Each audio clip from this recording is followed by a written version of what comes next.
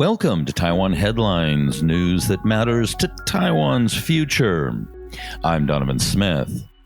Workers from other countries in Taiwan whose contracts are about to expire will be eligible to obtain a 6-month extension. The Ministry of Labor's Workforce Development Agency has announced, citing the need to reduce international travel amid the pandemic. The AstraZeneca COVID-19 vaccine doses that Taiwan received last week have to pass just one more test, as required by the Food and Drug Administration, before distribution can begin.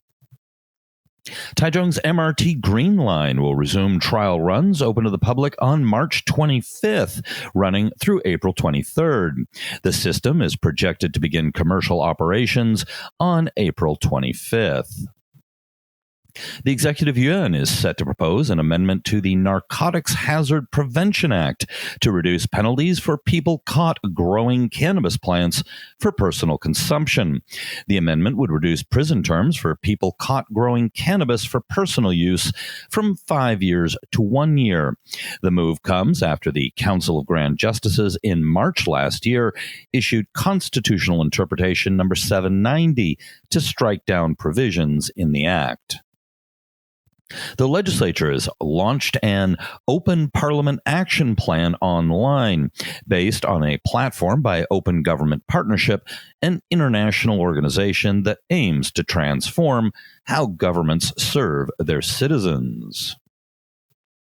Acting on a tip-off, a task force comprising new Taipei prosecutors and investigators raided 7 locations of 2 alleged China-funded companies and summoned 19 people for questioning over allegations of poaching talent from local high-tech companies.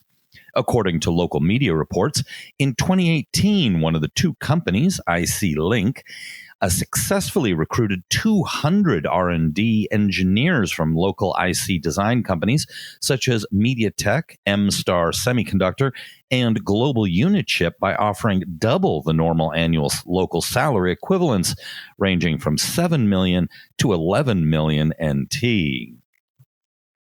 An alliance of 8 major offshore wind farm companies has been established to help develop the industry and local supply chain as the country advances its plans to increase offshore wind power. Local purchase requirements have required local partners in the supply chain, with mixed results and a totally new industry to the nation. With a projected 1 trillion NT or $35.5 billion US dollars in investment to come in, the stakes are high.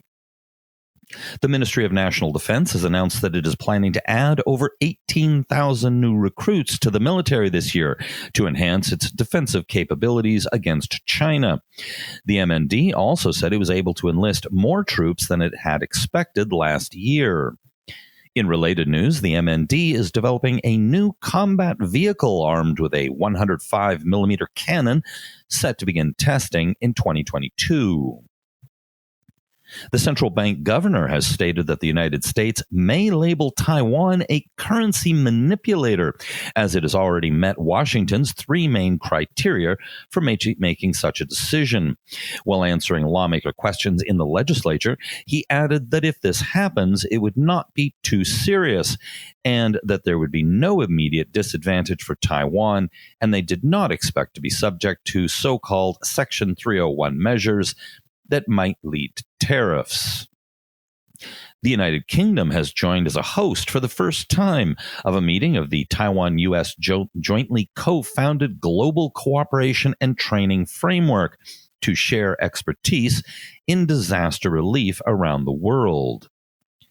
The United States and Taiwan has issued a joint statement on partnership on high availability disaster recovery, reaffirming their dedication to humanitarian assistance and disaster preparedness. Former U.S. Secretary of State Mike Pompeo, when asked about why the State Department under his leadership removed its administrative restrictions on official exchanges with Taiwan, Pompeo said, quote, "We started staring at them and realized it was just crazy. We had this completely separate set of rules that made no sense.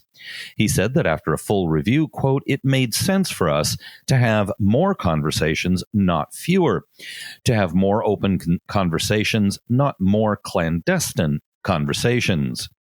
When asked whether he plans to visit Taiwan, Pompeo said, quote, it would be wonderful to get the chance to travel there someday. I would truly enjoy that. It would be a real treat. Palau's president will visit Taiwan in the first flight once a travel bubble between the two countries is established. Palau, by the way, diplomatically recognizes Taiwan. According to Transportation Minister Lin Jialong, Taiwan is currently discussing travel bubbles with 5 countries: Palau, Japan, Singapore, South Korea, and Vietnam. All right, be sure to hit like and subscribe. If you're on YouTube, hit that little bell. And you know how much it really means to us here at Taiwan Report if you could join us as a patron on patreon.com/Taiwan Report.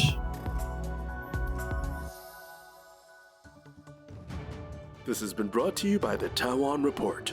For more content like this, become our patron at report.tw.